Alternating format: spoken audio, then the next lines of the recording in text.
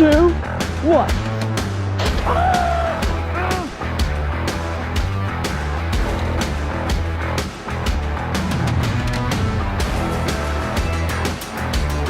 Welcome back to Epic Studios. Today's Epic Studio, we're doing something a little different.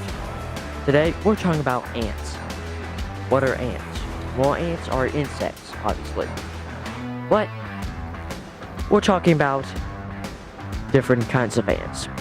There are many species of ants that live in the United States, but some of my favorites are carpenter ants, wood ants, fire ants, and red harvester ants, which you guys have seen me film before. And it is funny because some ants bite and sting. I like to talk about this all the time, but some people don't believe that ants sting, and some people don't believe that ants bite. Which, red harvester ants can bite and sting, so can fire ants. But carpenter ants cannot sting, they can bite. So wood ants can only bite too. So you'll be like, what's the difference between a wood ant and a carpenter ant? Well, a lot of times wood ants build their mounds out of sticks and stuff. They build big mounds, while carpenter ants live in tree trunks and rotten logs and that kind of stuff. But some carpenter ants are wood ants. But some wood ants aren't carpenter ants. So how does that really work? Well, there's different kinds of wood ants. Like you have European wood ants, you have different kinds of wood ants.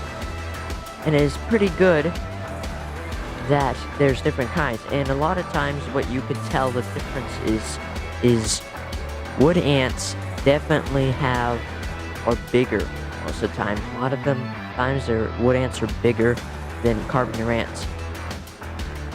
But they both spray formic acid, which formic acid is an acid, so it does burn your skin a little bit, and it does burn.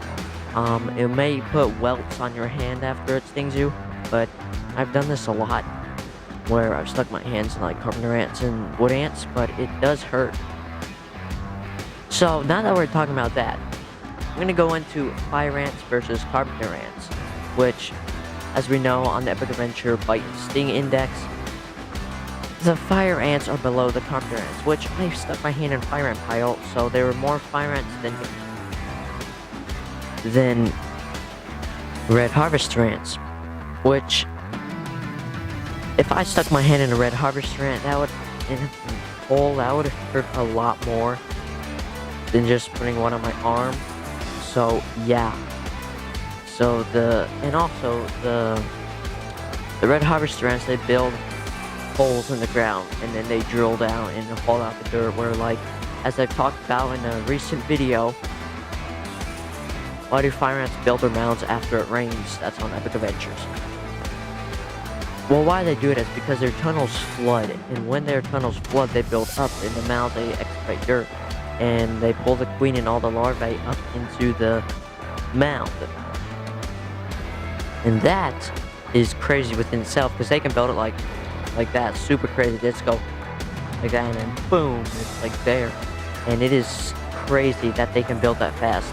So it is different, because a lot of times you can't tell the hole if you don't see any ants, because it could be red harvester ant or fire ant, because a lot of times the holes are about the same size, depending on if the red harvester ant nest is small. It can have the same size hole as a fire ant hole. But after it rains, you can tell the difference, because the fire ants have the mounds, and then the red harvester ants have that hole still. And they're really fun, also because you can tell where the red harvester ants go because they build ant trails. I've talked about this in an Epic Studio video called Do Ants Have a Government? Which we went over this before, and they do have a government, which we've seen, and they have ant roads, which red harvester ants do have that, so they can collect food and stuff. But different kinds of ants do different types of things. And this is why we want to get down to the point of, you want to know your ants. Because when I first started Epic Adventures, this is going to be an inside secret. When I first started Epic Adventures a couple months ago, it was crazy because I thought red harvester ants were leafcutter ants. But I found out doing research that red harvester ants and leafcutter ants are two different things, which there are leafcutter ants in the United States, and they live in Texas. But red harvester ants and leafcutter ants, there's two different things about them.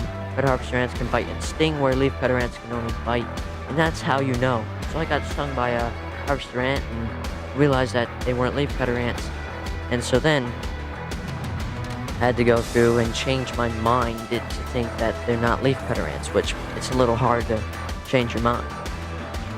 But yeah, it is just amazing how many ants there are and how they work. Just they work so in unison that it's like they're all there just to help one another, which they are. And there are also things in wood ants. Now, I'm talking about wood ants now. They have super colonies, which they have a couple queens in that colony. And then they have mounds everywhere, and those mounds are friendship. But then you have other wood ants that are not super colonies. They are enemies, and those mounds will fight against each other.